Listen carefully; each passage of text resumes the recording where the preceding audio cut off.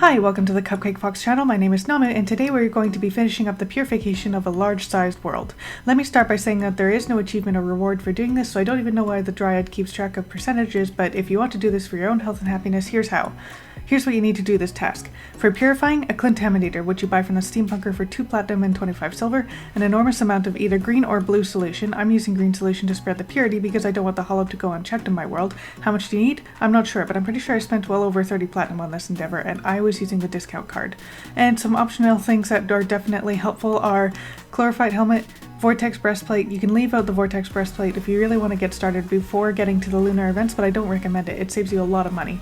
Ammo box, ammo reservation potion. You can make the ammo reservation potion by fishing for double cod in the jungle, combining it with bottled water and moon glow. Of course, using an alchemy table saves on potion ingredients. Discount card or greedy ring to save money on buying solution, and a compass or GPS or PDA or cell phone to show your lateral position.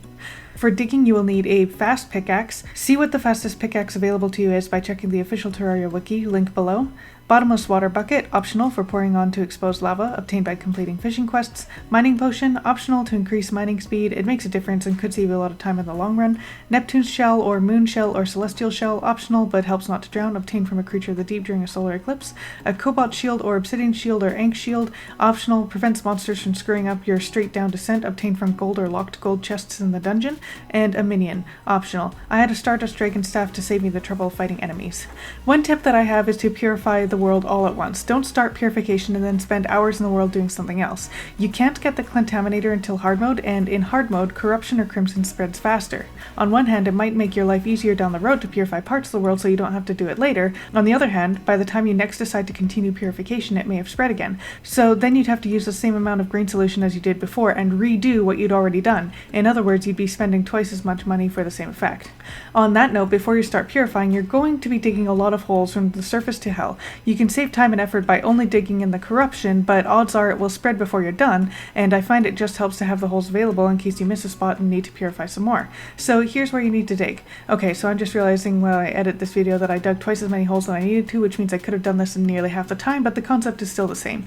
Alright, so here's where you need to dig. Choose a starting point and dig straight down to hell. If you already have a elevator started, that can be helpful, but you don't have to start there. Next, move less than 120 blocks or less than 240 feet east or west of your elevator and dig again. 60 blocks is the range of the Clentaminator. Separating the elevators by less than twice the Clentaminator's range will allow you to cover all the range between the elevators by spraying once in one direction and once in the other.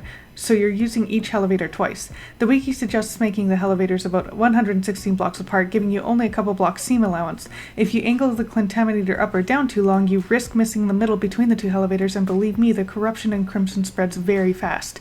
But it's literally not the end of the world if you have to redo it. But this is the most efficient way to dig.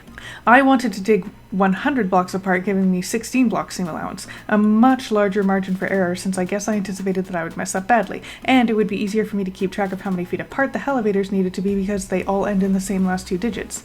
And I did mess up. I only dug 50 blocks apart because I was going by 100 feet by checking my compass, and 1 block equals 2 feet. I could have been digging so much less. So remember, on your compass, aim for between 200 and 232 feet apart in blocks, 100 to 116 blocks apart. If you come across lava, fill a pool of water above it and keep digging down in your straight line, being careful not to fall into the lava until you've made it through. Sometimes, if you're digging quickly enough to keep the water in the elevator but not so quickly that the water hasn't caught up to you, you can just use the pools of water that naturally spawn to turn the lava into obsidian. Otherwise, I used the bottomless water bucket to turn lava into obsidian so I could get past it. Once you've dug every tunnel within the range that you would like to purify, then it's time to start purifying the world using the Clentaminator. Make sure you've taken your ammo reservation potions and that you've placed and right-clicked on your ammo box, and keep an eye on the timer for those buffs. Make sure you are retaking the potion every time that the buff runs out, and that you are placing and right-clicking an ammo box every time that it runs out. They run out at different times, so you have to watch out for both. Then go to each elevator that you've dug and do the following. Fly up until you can't fly anymore, or use a slow fall potion to get a good slow descending speed. This will result in a thorough cleansing where you usually won't even miss a single block. Flying up and down or using the cosmic car key have not yielded the same perfect results for me, and I found I had a lot of patches to fix up later. Once you've gone through the whole world, my game requires me to reload the world, but the Dryad says I only have 1% crimson or corruption or hollow. Yay! One last tip, if you don't want to do the whole world in one go, but just a small portion of it, you can stop the spread of corruption or crimson by making a elevator that is 4 blocks wide. I used bombs. It's more than 4 blocks wide. Like this video if it was helpful, subscribe if you want more, leave a comment letting me know what you think below. Oh, and enjoy the rest of your week.